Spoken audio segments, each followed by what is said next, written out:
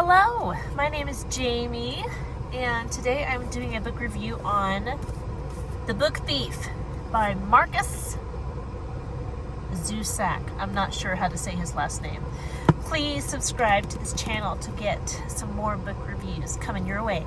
Now, I have been procrastinating making this video because it was such a good book and I wanted to do a good job doing the review, but I think I'm just gonna have to do it. I'm gonna do the best I can. I brought notes.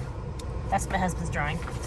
But so we'll go through it, and I wanted to just tell you a few things about the book. The story is it's told from the perspective of Death. So Death is the narrator, and you would think Death being the narrator that he would be cruel and unfeeling, but he's more caring and kind and understanding, actually.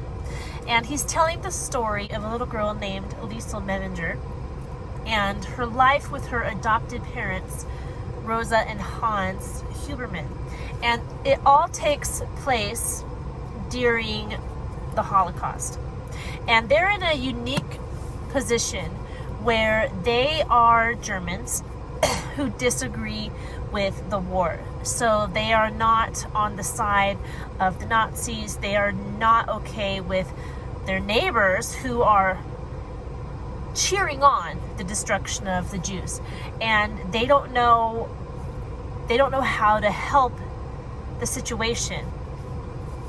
Because during that time in their area in Germany, if you spoke up about not liking the war, then they would come after you the same way they were coming after the Jews. So they kind of had to be quiet and protest in little ways, like not flying the Nazi flag, not saluting for Hitler and stuff like that.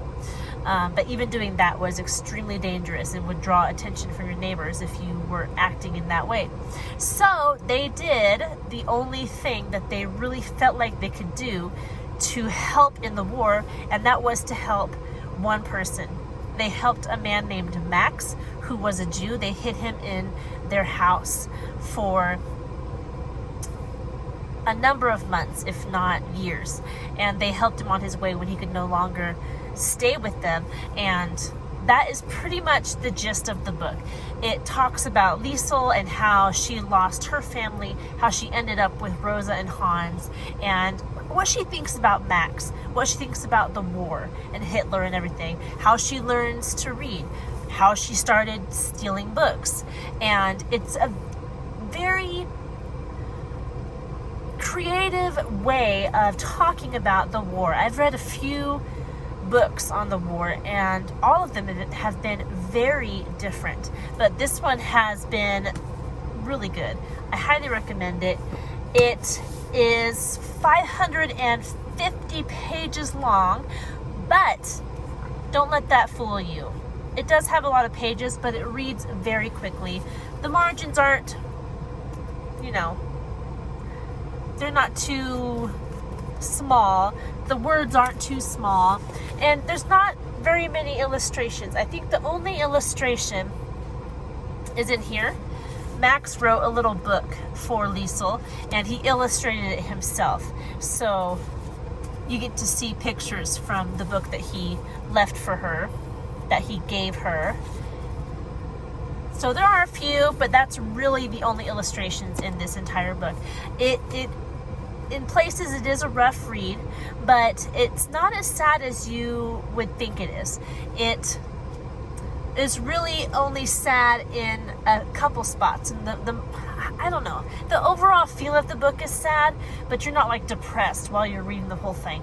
You tend to get wrapped up in the story and the characters and just learning about Germans at that time who did not agree with the war. It was published in 2005, and it's around an 8th grade reading level and up. I would say make sure that the 8th grader is a bit mature, that they're okay with reading about difficult themes, because it can get difficult. There are some somewhat disturbing situations in the book, as you can imagine. There is sadness in there, so be prepared for that. But the author overall had a romantic and poetic writing style. Just everything really flowed and was not technical at all. It was easy to read and get wrapped up in the story and the writing style. I will say that some of the metaphors and the imagery did feel a bit forced. They weren't as natural as the rest of the book, but as a whole, the book flowed very nicely, and he did a really good job in making it a type of reading that you wanted to come back to. I highly recommend it, again, mostly because it's historical. You can see what's going on in the war, but that you're going to see it from the point of view of a German. Many times when I read these books, it'll be from the point of view of a Jew or someone in a different country that's being occupied by the Germans. But I think this is one of the first books. There might have been another, but I'm not sure.